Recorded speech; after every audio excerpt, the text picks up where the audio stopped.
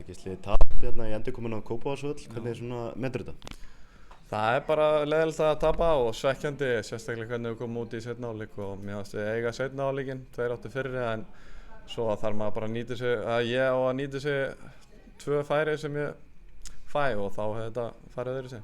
Heldur betur, varst nálægt í bara súrt að ná ekki nýta þetta eins og þú segir? Já, það bara stundum þetta svona, það stöngin út en við bara höldum áfram, þetta eru hvað sem þetta bara svona í dag. Ef þú lítur bara svona kalt á þetta, ánægður með frammistöðuna?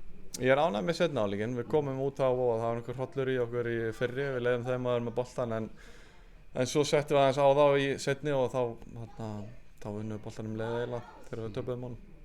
Hvernig var bara fyrir þig að mæta aftur á Kópavogsvöll?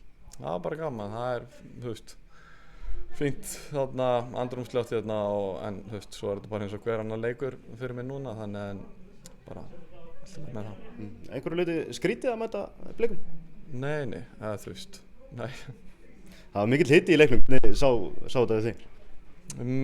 Já, ég held að bara hitinn kom eftir ég nenni svo sem ekki að fara að töðum þetta en þegar að lína dómarinn með svona þá auðvitað myndast hiti en ég held að þetta er bara eðlilegt sko.